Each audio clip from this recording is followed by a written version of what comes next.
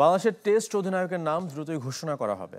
3 ফরম্যাটে 3 জন নাকি ওয়ানডে ও টি-20 অধিনায়কের কাউকে বেছে নেওয়া হবে তা আলোচনা করে সিদ্ধান্তের কথা জানিয়েছেন বিসিবি সভাপতি আমিনুল ইসলাম বুলবুল।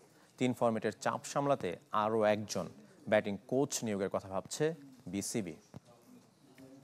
সানশাইন আটা ময়দা সুজি, ভালোবাসায় তৈরি। সাম্প্রতিক পারফরমেন্স আর পরিসংখ্যানে প্রশ্নের মুখে মেহেদী মিরাজের অধিনায়কত্ব নজরে এসেছে বিসিবিরও। তবে উইকেট, কন্ডিশন, ম্যাচ পরিস্থিতিকে বিবেচনায় রাখছে বোর্ড। মিরাজ একজন ক্যাপ্টেন্স ম্যাটেরিয়াল, সো ওকে একটু সময় দিতে হবে এবং খেলায় তো জয় পরাজয় থাকবেই। বাট এর আগে যখন আমরা আলোচনা করেছিলাম যে 3 ফরম্যাটে 3টা ক্যাপ্টেন হলে সুবিধা কি অসুবিধা কি, অসুবিধা থেকে সুবিধাটাই বেশি, আমরা সেটাও প্রেফার করব। টাইগাররা সবচেয়ে বেশি ভুগছে ব্যাট হাতে, যে ডিপার্টমেন্ট সিনিয়র সহকারী কোচ সালাউদ্দিনের অধীনে। 3 ফরম্যাটের চাপে যিনি হিমশিম খাচ্ছেন দায়িত্ব সামলাতে, তাই আরও একজন বিশেষজ্ঞ ব্যাটিং পরামর্শক নিয়োগের পরিকল্পনা বিসিবির।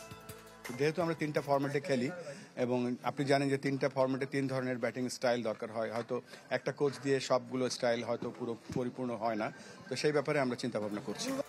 সঙ্গে টানা খেলায় ক্লান্ত পরিশ্রান্ত ক্রিকেটারদের মানসিকভাবে চাঙ্গা রাখতে মনোবিদ নিয়োগ দেওয়ার কথা ভাবছে ক্রিকেট বোর্ড। নভেম্বরে আয়ারল্যান্ডের বিপক্ষে 2 ম্যাচের টেস্ট সিরিজ খেলবে বাংলাদেশ, অথচ সাদা পোশাকে টাইগারদের নেতৃত্ব নিয়ে ধোঁয়াশা কাটেনি। মিরাজ, শান্ত, লিটন আছেন শর্টলিস্টে। আমরা 3-4 জন নিয়ে কথা বলবো, তারপরে ডিপেন্ড করবে সেই যে প্রবাবল ক্যাপ্টেনের ইচ্ছা এবং তার যে ক্যালিবারগুলো আছে সেগুলো একটা বেঞ্চমার্কে যদি মিট করে অবশ্যই আমরা খুব তাড়াতাড়ি জানিয়ে দেবো who will be the next test captain. মিরপুরের কালো মাটির উইকেটের চরিত্র সহসাই বদলানো কঠিন, তাই ধাপে ধাপে এগোতে চায় বিসিবি। পাশাপাশি অস্ট্রেলিয়া থেকে হাইব্রিড মাটি এনে দেশের টেস্ট ভেন্যুগুলোর উইকেট উন্নয়নের পরিকল্পনাও আছে গ্রাউন্ডস কমিটির। হাইলি টেকনিক্যাল একটা কাজ এবং এটা স্লোলি আমরা এগোতে চাই। আশিক রুদ্র, চ্যানেল 24, ঢাকা।